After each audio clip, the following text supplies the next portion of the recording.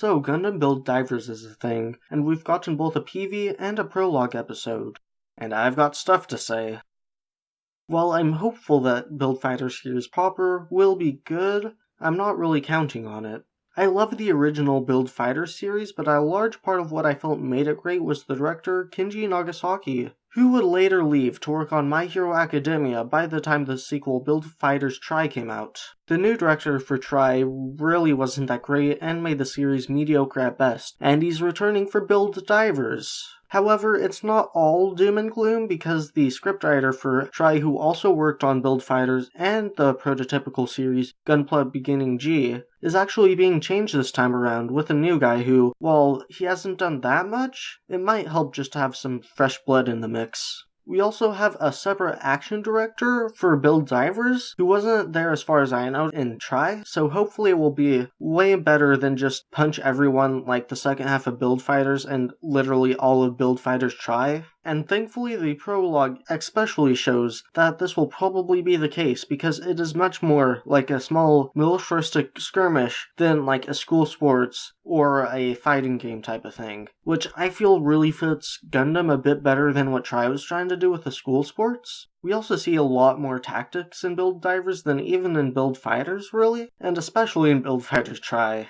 I'm really hoping that this contains throughout the entirety of Build Divers and not just this one prologue, but we'll have to see. So next I'm just going to go through the characters. First we have Riku, who really just looks like Yuji Every Lead, and I'm really disappointed that this guy's going to be the main character instead of like any of the guys from the prologue, but who knows, maybe they surprise me. Next we have Yuki, who again just looks like the prototypical nerd character without that much to him. Like, I feel like I might be a little too harsh, but with Try they really were pretty much one note most of the time, so I'm not really sure if I'm being too harsh or not harsh enough yet. Next we have Momo, who I don't really know that much about, to be honest, but like, I love her Kapul, so I'm sure it's fine. Plus also, let's be honest, if you're gonna be in a, like, virtual reality MMO, which this kinda looks like it's gonna be like, or really any MMO, you're probably gonna come across some catgirls, so this is actually more accurate than the Moe haters are making it out to be. Next we have the mysterious white-haired character, Sarah, who, like, let's be honest, Build Fighters has already had enough of these character archetypes, so if she's not related to, like, Reiji and, I'm forgetting her name. Y'all probably know who I mean. If they're not, like, related to them at all, then this is really enough of these characters. We've had, like, 3 of them already, but who knows, maybe she'll surprise me. I hope all of this surprises me and be's amazing, but yeah, probably not gonna happen. Next we have Kyoya Cujo, who is the protagonist of the prologue, and honestly, I would much rather see him being the protagonist of the series instead of Riku. This guy seems kinda cool, although we didn't get to know that much about him. He seems like a Majin type of character. Well, for our last character, it's one everyone either loves or hates, and personally I'm the side of loving him, and that's Rommel.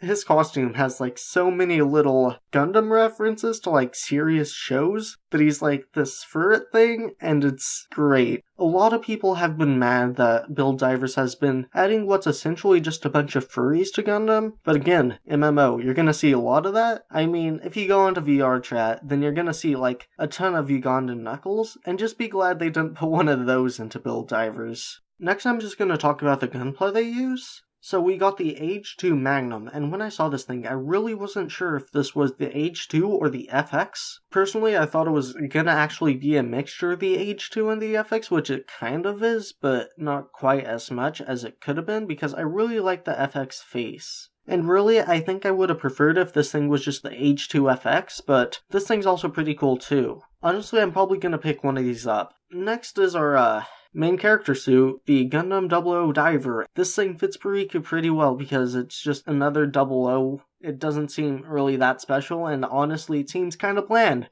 Fitting for him. Woo!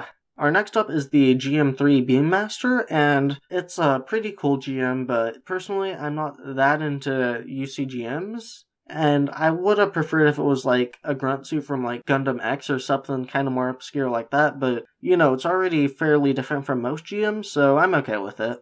Next we have a real big surprise, some G-Reco representation, the Grimoire Red Barret. This thing is sort of like a generic, well not generic, typical Zaku colored grunt suit, which is surprising that wasn't actually the colors in G-Reco. With the original Grimoire, I like the colors except for that brown in the stomach, and for this one, I like the colors except for that red. So both of these, I like them except for like one color, which sort of ruins it for me. Next we have my favorite one, the Momo Kapul, and when I saw this thing, I didn't realize it was a penguin, but I already loved it, and then I realized it was a penguin, and yeah, it's cheesy. It's also amazing, and that's why I love it. And up next we have the Ogre Jian Ex, and I'm not that big into the GN X, but I think the colors on this thing look pretty cool. But I am kinda confused on why they didn't just call it the GN X Dark Matter like the Exia Dark Matter from the original Build Fighters. I'm sure it's fine. Speaking of 00 again, we have the Servi Gundam, an alternate Servi Gundam I can't pronounce. And this thing seems interesting, but I'm not really sure how I feel about it. I'm gonna have to actually see it in the series to see if I really like it or not. And lastly, we have these weird SD things, which I can't seem to find that much about. They're miniature SDs, and they have this gimmick where they become arms or like shoulder pads to high grade kits. As that gimmick, I'm really not a fan of it.